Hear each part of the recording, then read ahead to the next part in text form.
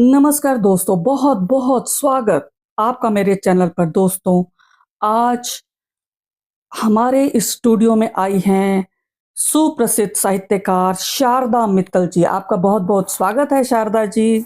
सभी दर्शकों को मेरा प्रणाम। तो दोस्तों, मैं थोड़ा सा शारदा जी के बारे में थोड़ा सा बताना चाहूंगी कि इनकी 4 पुस्तकें आ चुकी हैं और ये पूर्व निदेशक वुमन टीवी रह चुकी हैं, संरक्षक राष्ट्रीय महिला काव्य मंच चंडीगढ़ इकाई। और अब मैं इनसे कुछ प्रश्न पूछूंगी आप लोगों के लिए। सर्वप्रथम तो शारदा जी, आप बताएं, आपने कौन कौन सी पुस्तकें अब तक लिखी हैं? मैंने 4 किताबें लिखी हैं। एक कल काव्य संग्रह है, जी। इसमें एक दोहा संग्रह है मनवा भयो फकीर, और एक मुक्त चंद कविता संग्रह है अनुबंध अभिव्यक्ति के। जी। एक क्षणिका संग्रह है बोनसाई नहीं बरगद हूं मैं। अच्छा जी। और एक लघु कविता संग्रह है अंजू जी, ठीक है। वसुधा से व्योम तक। बहुत सुंदर जी शारदा जी, मैं आपसे कुछ सवाल करना चाहूंगी अपने दर्शकों की तरफ से और उनके लिए। जी मैं आपसे ये जानना चाहूंगी कि साहित्य आखिर लोग क्यों लिख रहे हैं? क्या उद्देश्य है साहित्य लिखने का? साहित्य का तो हमारे जीवन में मैं सब समझती हूँ कि सबसे बड़ा रोल है। ये हमारा पथ प्रदर्शक है, मार्गदर्शन हमें जिंदगी में साहित्य से ही मिलता है। जी। हम पढ़ते थे रामायण महाभारत, ये सबको भी मैं साहित्य का ही एक अंग मानती हूँ, क्योंकि उन्होंने हमें रास्ता दिखाया कि हमें जीवन को कैसे जीना है। बहुत अच्छी बात। साहित्य सृजन आजकल के जमाने में भी साहित्य सृजन बहुत ही आवश्यक है, क्योंकि हमारी जो यूथ है, जो हमारी यंग पीढ़ी है, वो पाश्चात्य सभ्यता से बहुत ज्यादा इम्प्रेस हो चुकी है। उनको अगर हम अपने सभ्यता की, अपनी संस्कृति के बारे में जानकारी देना चाहते हैं तो उसका साहित्य ही उसके लिए एक महत्वपूर्ण रोल अदा कर सकता है। जी शारदा जी, मैं एक सवाल और करना चाहूंगी कि आजकल बहुत तरह का साहित्य लिखा जा रहा है, कुछ चोरी भी कर लेते हैं लोग फेसबुक पे, खास करके उन लोगों के लिए मैं एक बात कहना चाहूंगी कि इस चोरी से या आप नकली साहित्य से कुछ हासिल नहीं होने वाला, आप अपना मौलिक लिखिए। तो मैं एक सवाल आपसे और करना चाहूंगी, जो ये साहित्य में अश्लीलता आ गई है, उसके लिए आप क्या कहना है आपका? मैं उससे बिल्कुल भी सहमत नहीं हूँ। मुझे ये लगता है कि जो हम दिखाएंगे, जो हम लिखेंगे, बच्चों पर उसी तरह का उनका मानसिक वो बनता जाएगा, उसी तरह से उनकी सोच डेवलप होगी। मुझे ये खुलापन बिल्कुल पसंद नहीं है। मैं ये सोचती हूँ कि जैसे आजकल फिल्मों में वायलेंस दिखाते हैं, तो बच्चे इतने इम्यून हो गए हैं कि उनके सामने कोई झगड़ा हो रहा है, कोई लड़ाई हो रही है, कोई खून खराबा हो रहा है, उन पर असर ही नहीं होता। जबकि हम लोग आज की तारीख में भी ये इतनी वायलेंस को बर्दाश्त ही नहीं कर सकते। जी बिल्कुल सही कह रहे हो। जैसे आपने आज परिधान की बात की, आप इतनी सुंदर साड़ी पहन के आई हैं। देखिए, भारतीय परिधान और भारतीय संस्कृति, ये मुझे लगता है कि जो पाश्चात्य संस्कृति है, वो लोग भी, पश्चिम के लोग भी अब समझ चुके हैं, ऊब चुके हैं वो इस भोगवाद से, शायद तभी वो इधर भागे। ये बात आपने बिल्कुल सही कही अंजू जी। जैसे कि मेरा भी तकरीबन मैंने 35 विदेश यात्राएं कर ली हैं, बहुत सारे देशों में गई हूँ।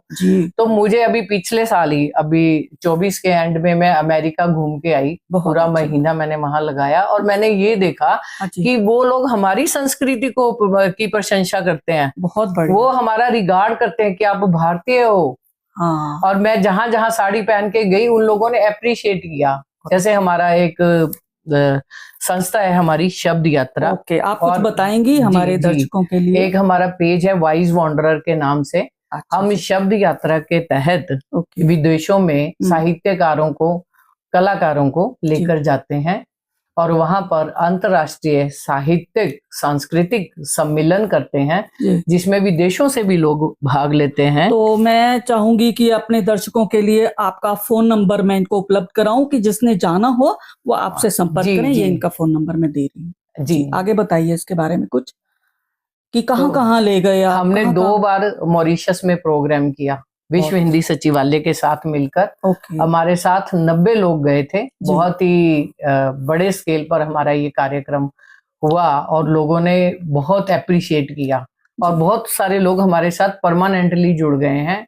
उसके बाद हम दुबई गए, अबू धाबी गए, अच्छा, जॉर्जिया गए, अजरबैजान गए, और अभी इस जनवरी में श्रीलंका में हमने ICCI के साथ मिलकर एक भव्य कार्यक्रम किया, जिसमें 65 लोगों ने शिरकत की। कहीं ना कहीं मुझे ऐसा लगता है कि इससे एक साहित्यिक आदान प्रदान होता है, बहुत उनकी संस्कृति की हम अच्छी बातें लें, हमारी संस्कृति से वो अच्छी बातें लें, बिल्कुल ये साहित्य का काम होता है। आप ये देखिए कि विदेशी लोग भी हमारे कार्यक्रम में साड़ी पहनकर आते हैं, वो इतने खुश होते हैं और उनको बिल्कुल भारत का फील मिलता है। मैं एक चीज और जानना चाहूंगी आपसे, क्या आप हिंदुस्तान में भी इस तरह की शब्द यात्रा के कार्यक्रम आयोजित करती हैं? बिल्कुल, हमने सोचा, हमारे पास लोगों की डिमांड आई कि आप, कुछ लोग बाहर जाने में असमर्थ होते हैं किसी भी कारण से, तो पारिवारिक व्यस्तताएं भी रहती हैं, तो अभी हम जिम कॉर्बेट में लेके गए थे मार्च में, तो वहां पे भी हमारा बहुत अच्छा कार्यक्रम हुआ जो कि बहुत सफल रहा। तो अभी दिसंबर में हम औरंगाबाद में लेकर मतलब प्रोग्राम करने की सोच रहे हैं। वाह, हाँ जी। तो मैं एक चीज और बस ये जानना चाहूंगी कि आज के युवाओं को आप कुछ संदेश देना चाहेंगी कि वो क्या रास्ता अपनाएं, कैसा साहित्य पढ़े? तो मैं आपसे जानना चाहूंगी कि आप युवाओं को कुछ संदेश दे दीजिए। मैं युवाओं से यही कहना चाहती हूँ कि पूरे विश्व ने गीता को सबसे अधिक महत्व दिया है। क्यों दिया? इतनी किताबें और भी लिखी गई हैं, गीता को ही क्यों महत्व दिया है? क्योंकि भारत देश के पास जिस तरह का साहित्य है, जिस तरह के आदर्श हैं, जिस तरह की संस्कृति है, वो आपको विश्व में कहीं नहीं मिलेगी। सभी लोग हमारे योग के साथ जुड़ना चाहते हैं, हमारे विचारों से सहमत हैं, और सभी कहीं ना कहीं हम भारत को फॉलो करने की कोशिश कर रहे हैं। हम अपनी संस्कृति को छोड़कर क्यों पाश्चात्य सभ्यता को अपनाना चाहते हैं? बहुत बढ़िया। जितना सुख आपको अपने घर में मिलेगा वो कहीं नहीं मिल सकता। ये बात तो सभी जानते हैं ना, कि कहीं भी घुमाओ, अपना घर ही सबसे, ईस्ट और west, home is the best कहा भी गया है। तो बिल्कुल, तो अपनी पहचान को छोड़कर दूसरी पहचान के पीछे भागेंगे तो कभी हमें सुख नहीं मिल सकता।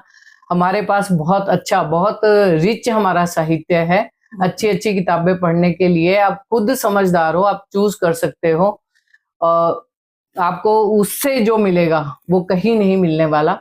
जो फिल्में भी हैं, जो अगर आप पहले की फिल्म देखते हो तो उनमें भी एक मैसेज छिपा होता था। बिल्कुल संदेश। हम क्यों उसको चीजों को छोड़कर उन चीजों के पीछे भाग रहे हैं जो सिर्फ परछाई है। बहुत सुंदर, बहुत अच्छी बात कही।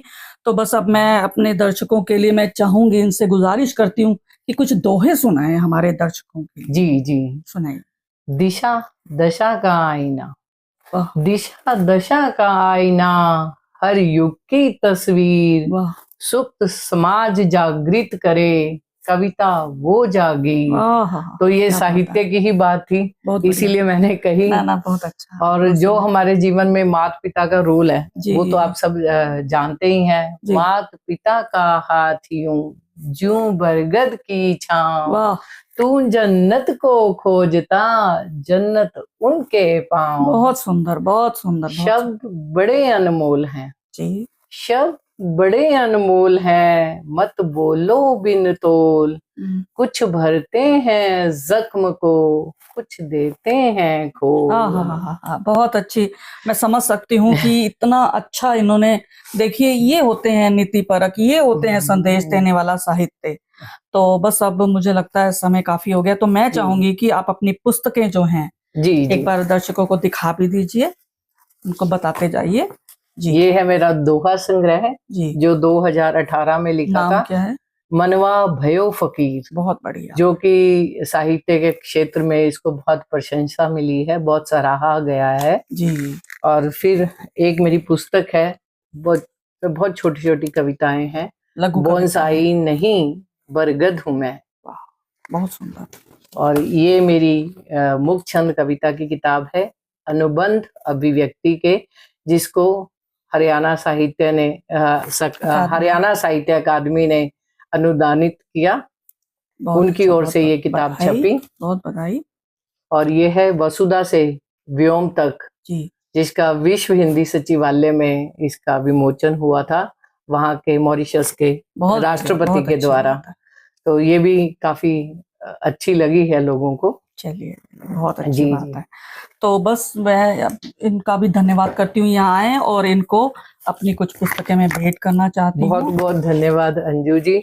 हम आपकी किताबें पहले भी बहुत पढ़ते आए हैं, मैंने कई किताबें आपकी पढ़ी हैं। देखिए हमारा ये जो चैनल है ये सब साहित्य का आदान प्रदान है, बस यही और मैं बहुत खुश हूँ कि आपने इंटरव्यू के लिए बुलाया था और इतने सारे हमें ये गिफ्ट भी जो मिला है। अब मैं जाते ही इनको पढ़ूंगी और अपने दर्शकों के साथ आप विचार अपने एक्सचेंज करूंगी, इनके बारे में भी बताऊंगी। जी धन्यवाद आपका। धन्यवाद अंजू।